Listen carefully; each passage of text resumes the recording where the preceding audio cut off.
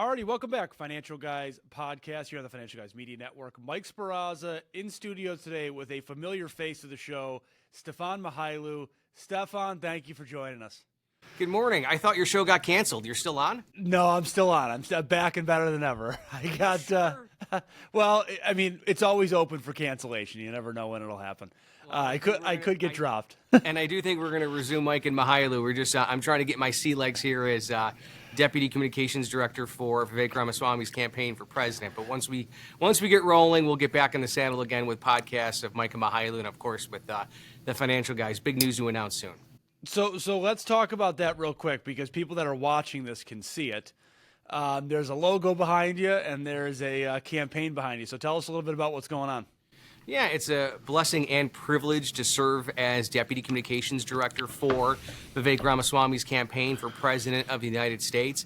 Very conservative business owner, political outsider, and it's exactly what America needs right now to lead a national revival. You know, right now you look at the field, and there's a lot of politicians, there's a lot of people who have already served in office, and America is on a precipice right now. Which direction the country is going to go under Joe Biden, the disastrous policies that have hurt families and hurt our country, or are we going to follow Vivek's vision of, you know, basically leading an American revival, an America First revival, you know, when it comes to making people feel proud about our country again, proud about being an American. A lot of very similar themes to Ronald Reagan's campaign in 1980 when it comes to, you know, morning in America again. So as a kid from Buffalo, New York, who grew up in an alley at William and Fillmore, it is a blessing and privilege to go from, you know, working as a public servant, as a taxpayer watchdog and Erie County Controller, to now all of my efforts to make sure that Vivek Ramaswamy is the next Commander-in-Chief. So I wanted to bring you on today because I wanted to talk about, I mean, now we have, I think, 2 or 3 more candidates that announced this week. I'm going to talk to you about a lot of the candidates. I know, obviously, where you are right now, so I know we have to kind of be careful there. But let's talk about it a little bit. So you have Trump, obviously, who's been in the race the longest. He announced way back when. Ron DeSantis has joined. You have Larry Elder has joined. You have Mike Pence now, Chris Christie, Nikki Haley, Tim Scott. You have a lot of candidates entering, and I'm sure there's going to be more between now and the end of the summer. What do you think, and I'll get into each candidate specifically in a little bit, but how do all of these candidates separate themselves? You look at someone like Vivek, and you can see how he separates himself. He's not afraid to talk to anybody, and he's been in the race a pretty long time now. And he's a business owner. He understands politics. He understands money. So he separates himself a little bit differently than some of the other ones. So some of these ones like Nikki Haley, like Tim Scott, like Chris Christie, like Mike Pence, they're all politicians. How are you going to separate yourself from the former president, Donald Trump? I'm just waiting for your announcement for president. Well, no. Give me about 40 years, and hopefully I'm worth $1 billion by then, and maybe I will. Are you throwing your hat in the ring or no? No, not now. No. Yeah, look, I think the Republican primary is all about who can lead a national revival as a political outsider. The Republican Party should elect an outsider and business owner as their nominee in 2024. And from purely biased perspective, that person is Vivek Ramaswamy. You know, there's a difference between running a campaign on vengeance and grievance and anger. And that's exactly what Donald Trump did in 2016 to his success winning that election. But at the end of the day, you've got to differentiate between rhetoric and results.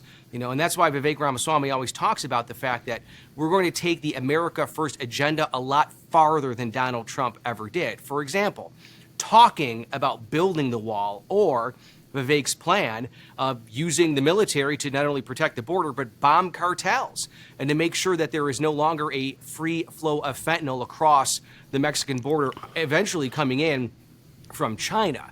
So at this point in time in this primary, you know, there's 150 candidates in it, including Vivek Ramaswamy.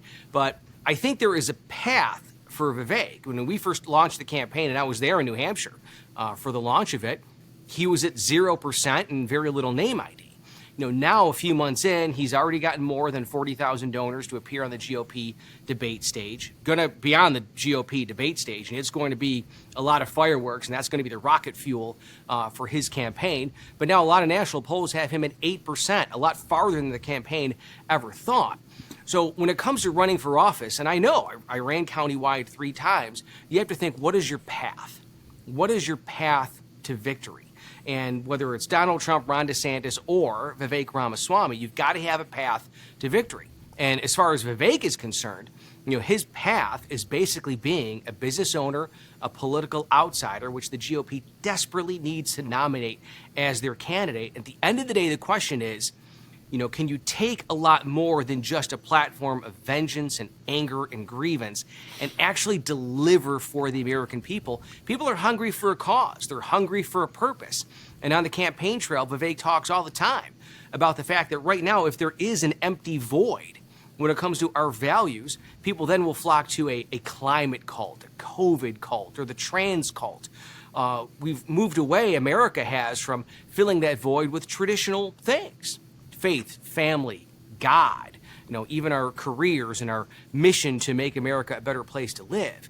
And so I think at the end of the day, every candidate has to basically lay out their vision and figure out what is their path to victory in a field which appears to be about 140 candidates on the GOP side.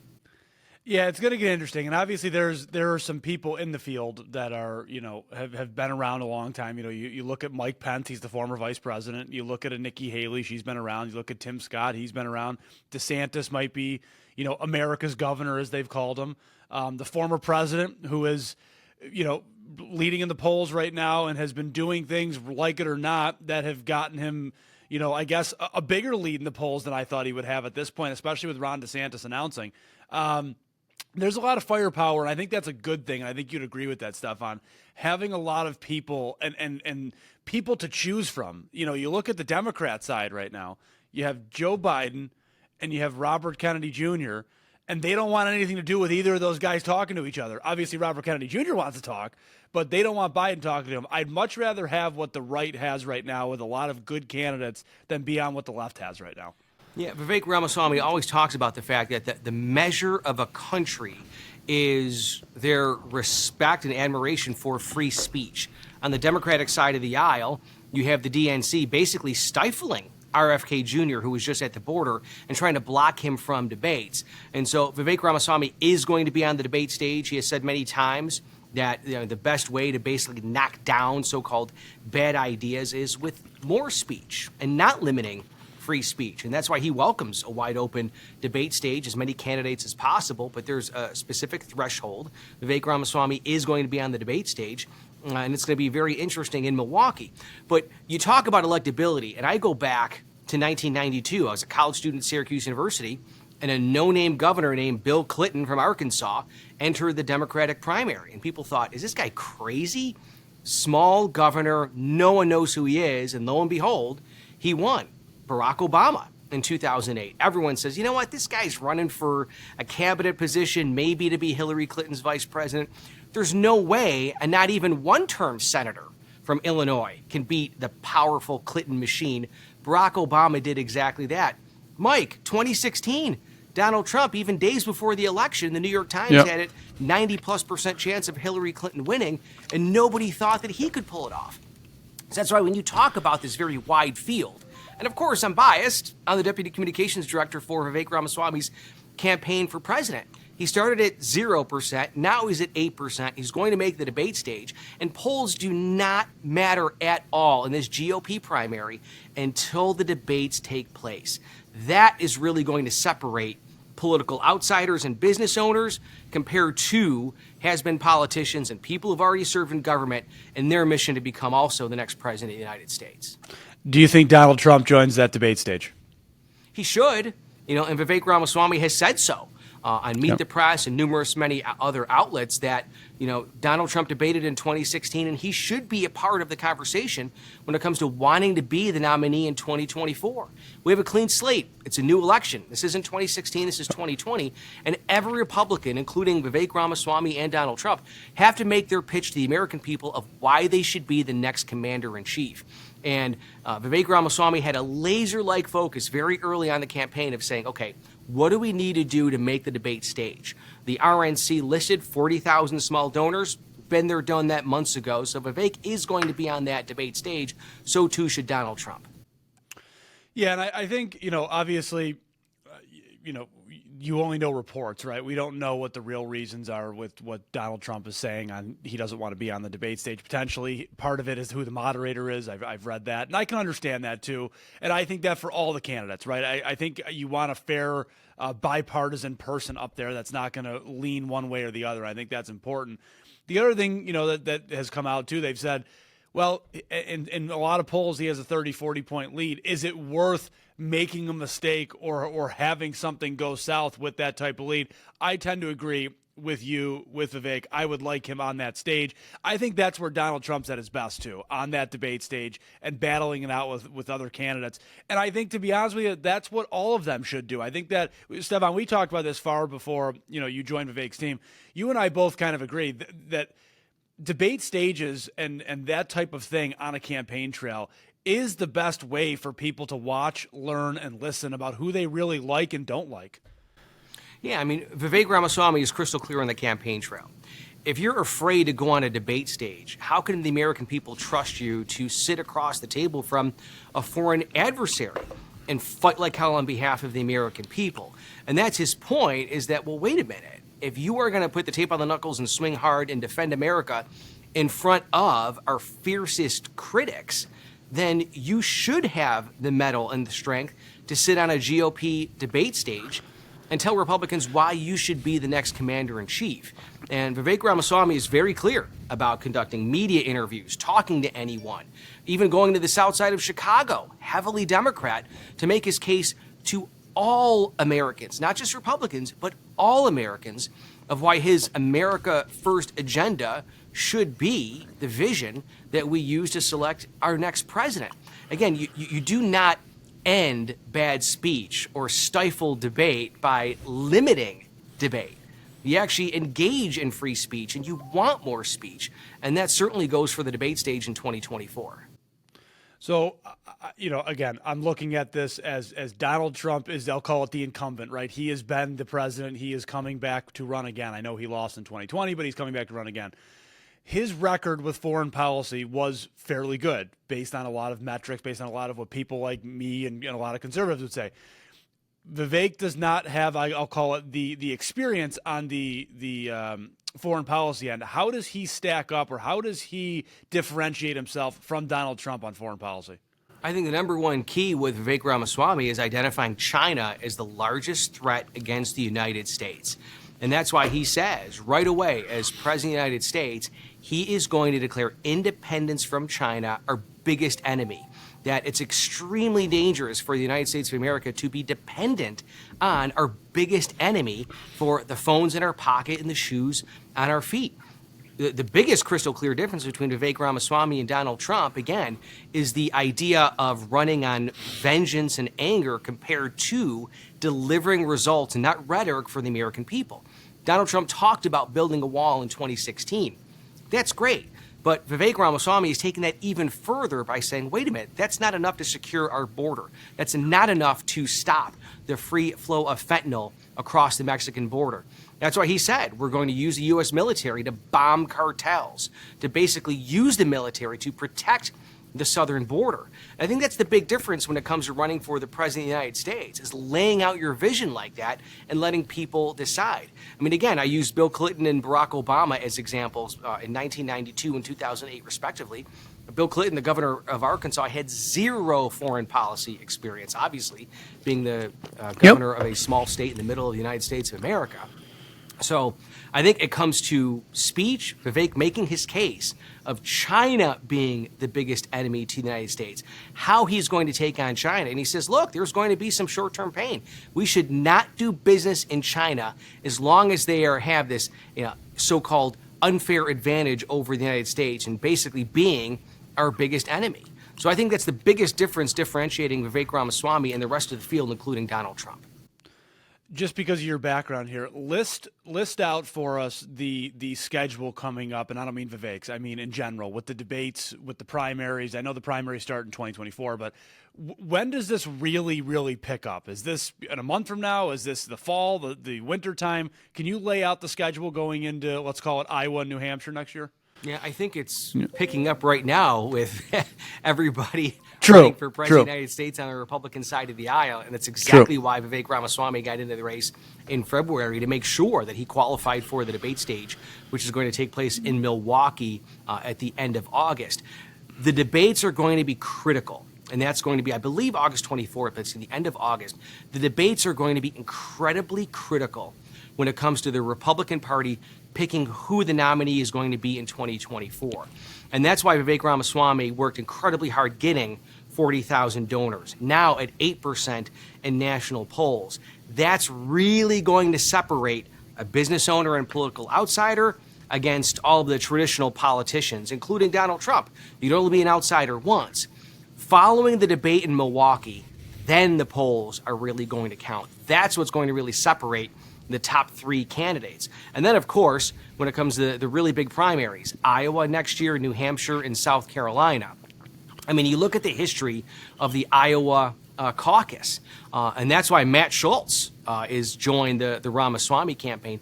That is a critical pickup for Vivek Ramaswamy, of having Matt Schultz being co-chair of the Iowa caucus, because he was successful in helping Rick Santorum and Ted Cruz win the Iowa caucus. He's now a part of Vivek's team.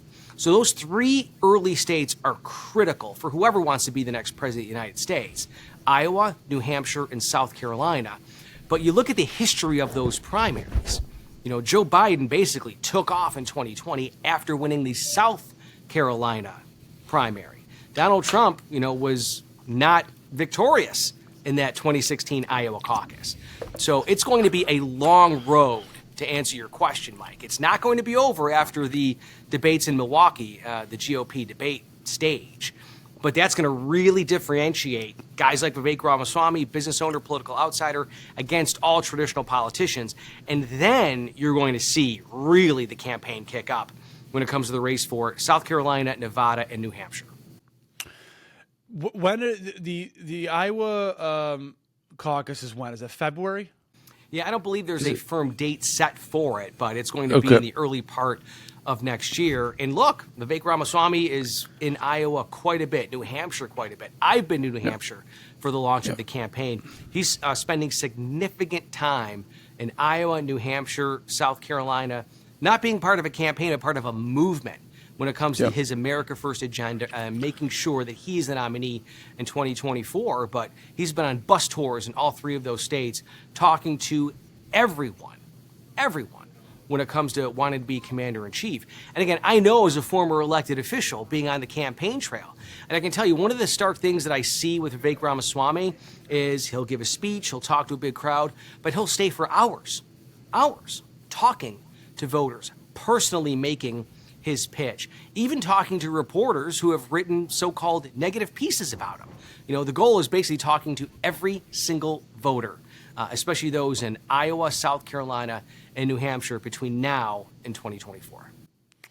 So we kind of talked about, you brought up Bill Clinton, you brought up Barack Obama, which were great points about people that, maybe didn't have a chance in the beginning.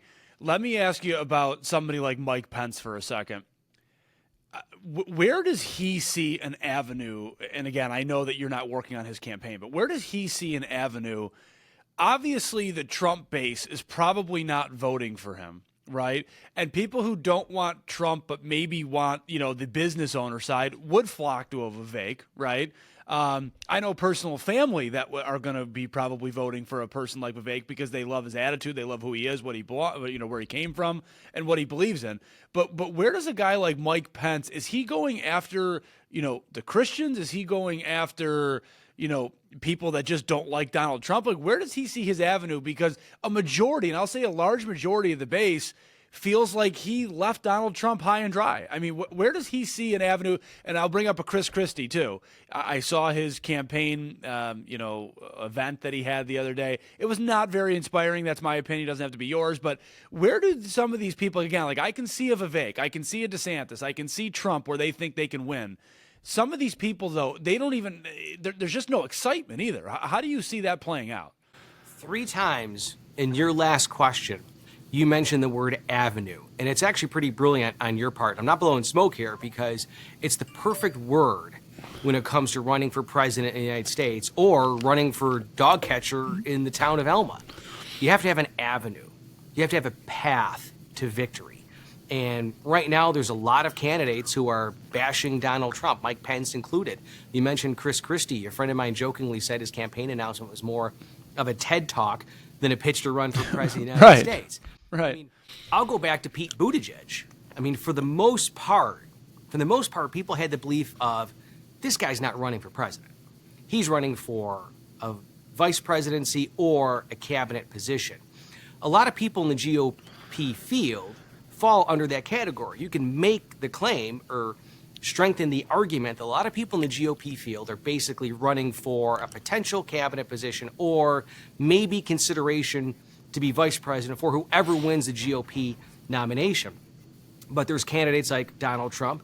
I know for a fact Vivek Ramaswamy is in this race to be the next commander-in-chief. There is zero talk about any kind of a cabinet position, vice presidency. He is running to be commander-in-chief in 2024. And people are not going to be fooled. They're going to know who the pretenders are.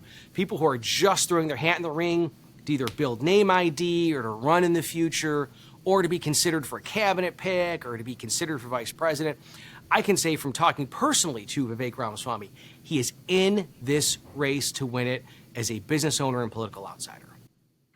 Yeah, and I think he's put himself out there. He's obviously been, I've seen him on Tucker. I've seen him on a lot of different TV shows. He's done, and he's not afraid to go on any show, I think, which is important. I'd love to see him go on The View because I hate that show so much, and I would love to see somebody beat him up. Tim Scott did actually a great job beating him up earlier this week. But, I think that's important. I think, again, you're not going to know about people if you don't hear or see from them, and I think that's really important.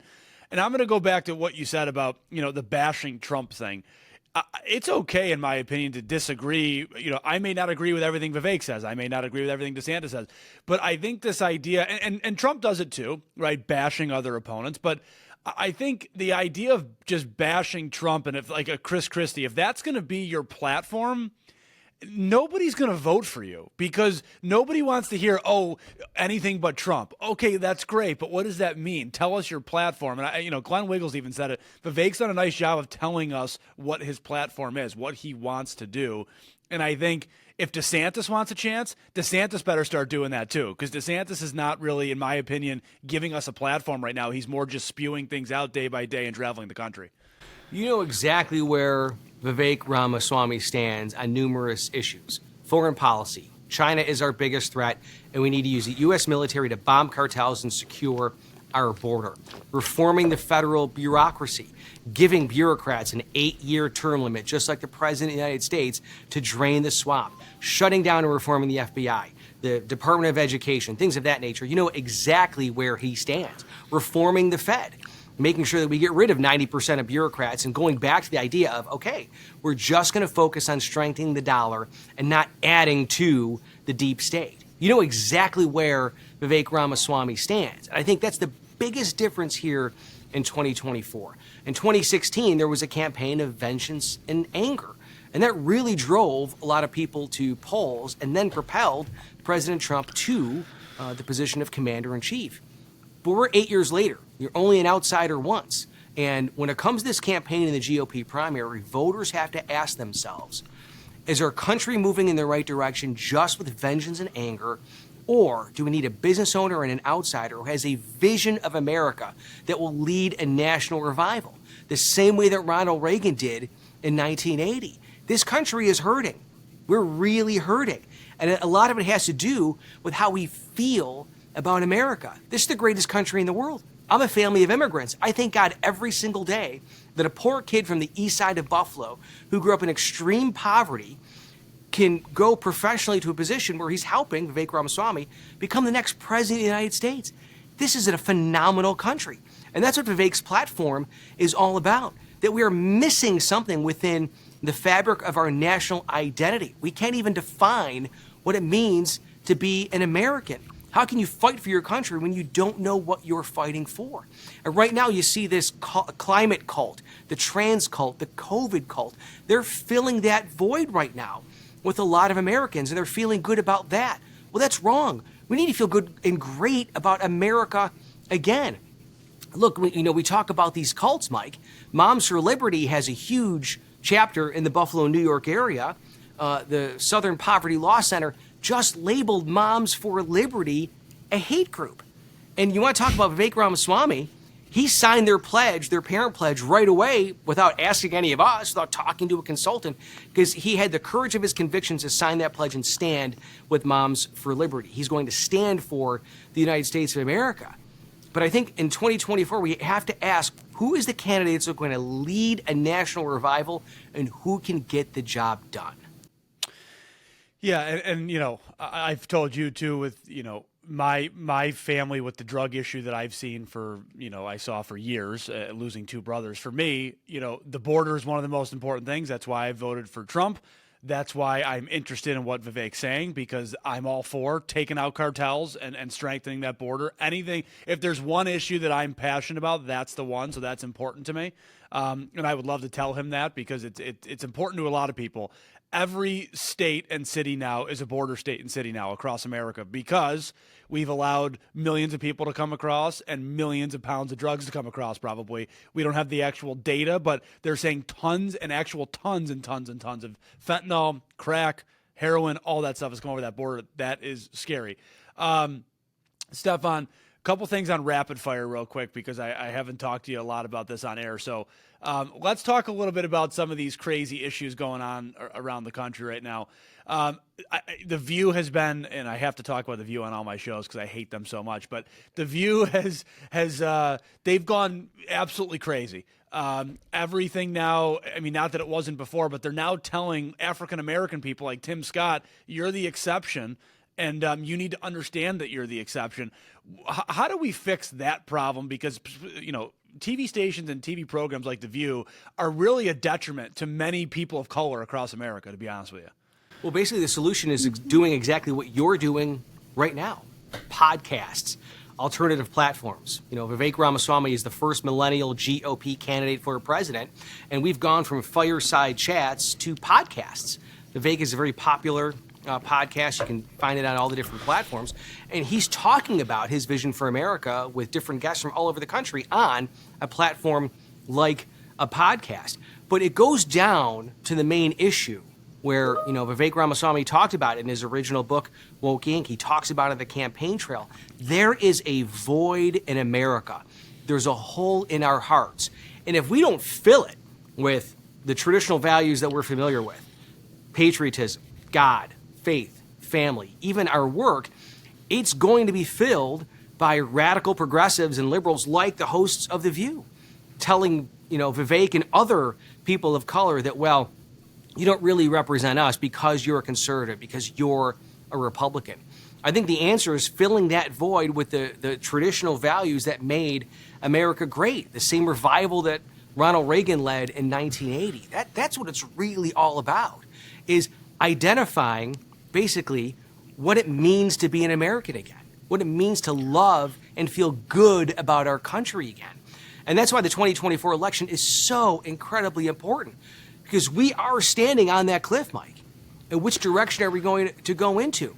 Now, I love you like a brother. I know you so extremely well, and even from hosting our own podcast. I've talked to your dad, and we've shared, and you have shared, the incredible pain of losing your brothers when it comes to the fentanyl crisis. We need to talk about that.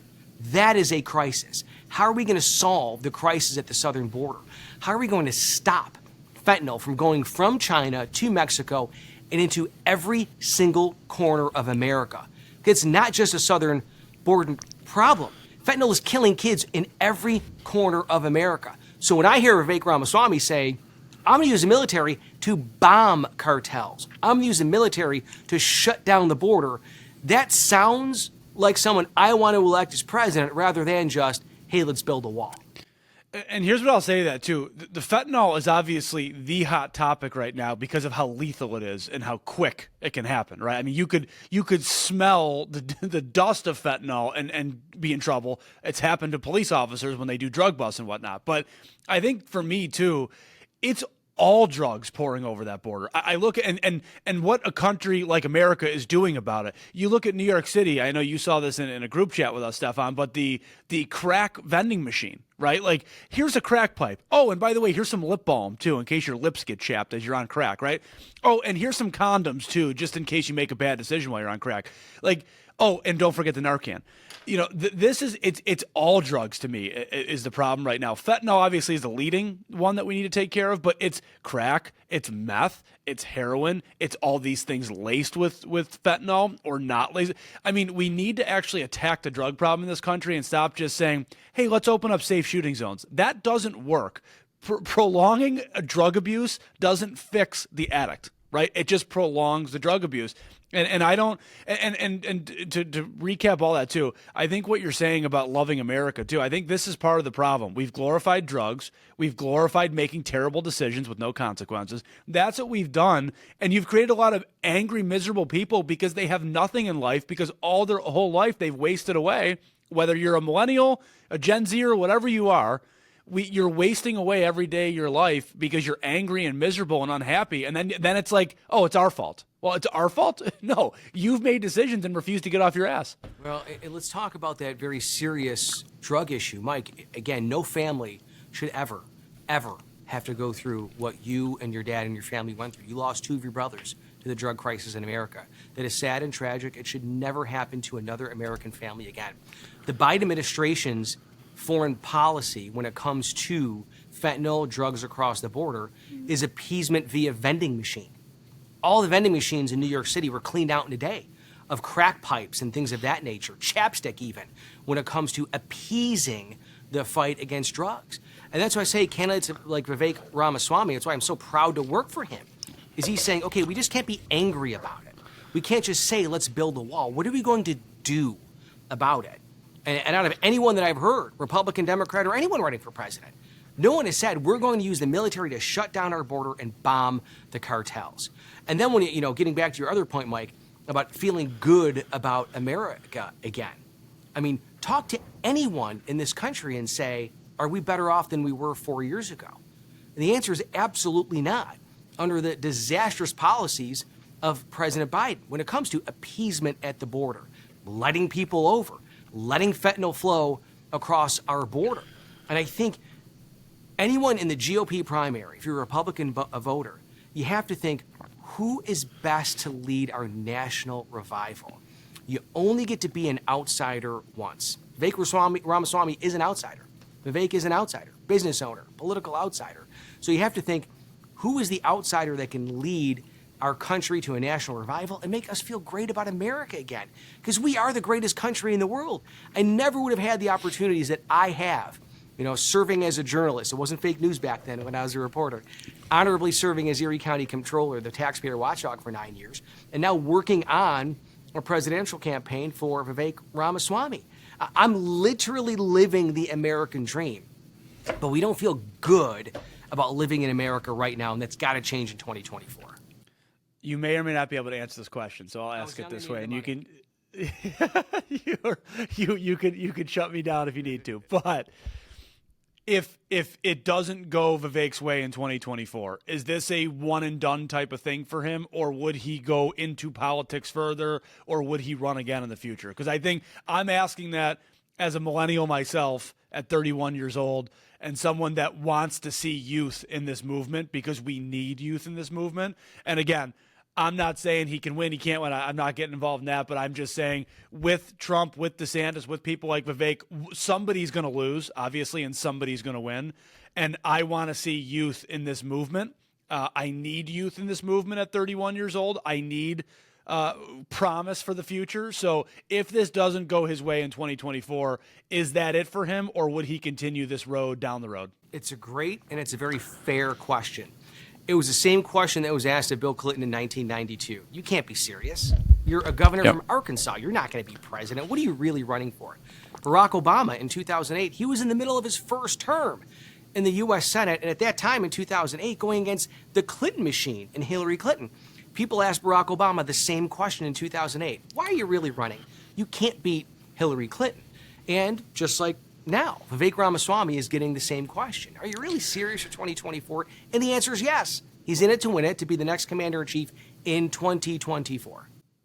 And the only reason I'm putting my hand up on that, the only difference I will say between those two people and someone like Vivek is, and I'm going to speak for him when I say this, he doesn't need this necessarily, right? In terms of he's not a career politician, right? Like those people, that was their career. They knew it. Hillary Clinton, Hillary too, but Bill Clinton and Barack Obama. I look at Vivek the same way I look at Trump. Like he doesn't need this. This isn't his career. He's got his stuff going on out there. And to be honest with you, sometimes I wonder, and I would say this to Vivek if I met him, and I'll say this to Trump if I meet him. Why the hell are you doing this? And I get it. You love America. You want to help America. But man, I mean, I give them credit because it's a war every day. And all people do is try and hate on you and bring up things and create false stories about you or over-exaggerate things about you. It takes a lot of stones to do it, and I give them credit. But sometimes with two guys like that have made a great living and know what they're doing, I'm like, why would you put yourself in that position? Yeah, Vivek Ramaswamy is living the arc of the American dream. Two loving parents that instilled in him the values of faith and being a good person, and especially the values of education. Went to Harvard as a biology major, law school at Yale, and basically built from scratch multi-billion-dollar companies and worked directly with treatments that literally saved the lives of young children and women and built wealth, according to Forbes, to the tune of $600 million. He's not running for the paycheck. And he's got skin in the game. He's making a significant investment of his own resources to become president. Why? Because at 37, he sees that there's a lot of similarities between this election and the election of 1980 when it comes to leading a national revival. For Vivek, it is all about leading a national revival and making America a better place to live. It's not about the paycheck. Trust me, he's been incredibly successful from a purely financial perspective, but I think that speaks to his motives. That why would you do this? And the only rational answer and true answer is that he loves America. He wants to see us go back to believing in our country again, having those values again of faith, family, hard work, our religion, our education, and literally making America a better place to live again. Yeah, and I think you look at it too, like I said, and this is why it's so important for me, the youth movement, I'll call it, because Gen Z scares the hell out of me. Nothing against people in Gen Z, but I see people like Harry Sisson on TikTok and Twitter, and I want to just lose my mind. But you look at, Gen Z has been built to be, to cry and whine, right? And even millennials do the same. I want to see a strong person that's young and youthful because that's what we need. And on the flip side, if you don't see Gen Z crying and whining, you see our current president falling over sandbags because he can't look down when he walks, right? I mean, it's concerning, right? Both sides are concerning. To your revival point, whether it's Donald Trump, Vivek Ramaswamy, Ron DeSantis, Tim Scott, whoever it is, we need a revival. We need, faith in America again. We need faith in our voting system again. We need people that care about America again. And we need competent people that can actually talk to the American public. That's the other thing, right? I mean, when was the last time Joe Biden did an actual press conference? Almost a year ago? Right? Like, that's unacceptable as president. I'm sorry. Vivek Ramaswamy has described him as a hollowed-out husk who's really not president. That he's basically, being run by puppeteers of the managerial class, and it's elder abuse. It truly is. Yeah, it is. Yeah. Vivek is 37. He's a highly successful business owner that does not need the paycheck to run for president. He's doing it for the right reason. Again, I talk about communicating to Americans. He's doing it in non-traditional ways. You go back to FDR and his fireside chats. We've gone from that to podcasts, and not just traditional campaigning, but actually having a podcast to reach all voters across the country. But you're right, Mike. We look at President Biden, who, again, Vivek Ramaswamy has described President Biden as a hollowed-out husk who's being puppeteered by the managerial class, who will do anything to screw over the American people in order for power and control. That is not what our founding fathers built America on. We should basically hire people to run the government who were hired to run the government, as Vivek Ramaswamy says all the time. Not this managerial class that cares more about self-interest than American interest. And, Vivek Ramaswamy is a very avid tennis player. I cannot play tennis for the life of me. I'm terrible. Ping pong is about as good as I can get. He's an incredible tennis player. So I think of all of the videos at Vivek2024.com or on our social media, Vivek actually playing tennis across the country against some pretty good players. And then I think compare that to President Biden, who's being puppeteered by the managerial class, who is falling all over the place on a regular basis. That's the choice we're going to have in 2024. Yeah, and I think it's time to actually, look at real issues too, and I think that's where candidates like I think we have on the Republican side that are good candidates will actually look at issues that are impacting America every day. And I think that's really important because we need to stop voting on feelings and voting on real things, because at the end of the day, feelings can only get you so far, right? I mean, you look at what's gone on. I know this is, and I'll end with this, Stefan, but I know this is near and dear to you. This idea of, let's try and play nice with Putin, or let's try and, play nice with China. It's not working, right? You need somebody strong that will put these people in their place. And again, to my foreign policy on Donald Trump before, I truly do believe when Donald Trump said at the town hall that I was at, I do believe that if Donald Trump was in office or somebody with a backbone was in office, Putin is not in Ukraine right now. China's not threatening Taiwan right now, right? I mean, and China is, bumping ships with us in the Pacific, right? Like, that stuff doesn't happen when you and people can say what they want about Trump. Oh, he was just buddy with Putin. Whatever it was, they were afraid of Trump to make these types of moves. And now with Biden in office, they don't care. They know, what did you say? I was going to say bag of bones. What did you say? A hollowed out version of the husk. Yeah. Or a bag of bones, one of the two. That's what we have in the White House right now, and the world knows it. We need strength in America. We need people that are strong, that are unafraid, and I hope these debates and this primary gives us that type of person. Think of it this way. Vivek Ramaswamy has made the point that if we're a Russian spy balloon that floated over the United States of America, it would have been shot down in seconds. But it was a Chinese spy balloon. And of course, it was allowed to travel over the United States of America, gather satellite intelligence, and send it to our biggest enemy. And that's why Vivek Ramaswamy says our biggest enemy is China. We are dependent on them for the shoes in our feet and the phones in our pocket. And Vivek says all the time, there's going to be some short-term pain. We should not do business with our biggest enemy. That is negotiating from a position of strength. It's showing China we mean business. We're not going to conduct business in your country until we basically pound you and you're no longer our biggest adversary. That is a position of strength, not weakness. And the last thing I forgot, because I saw this the other day and I thought you just brought up the spy balloon.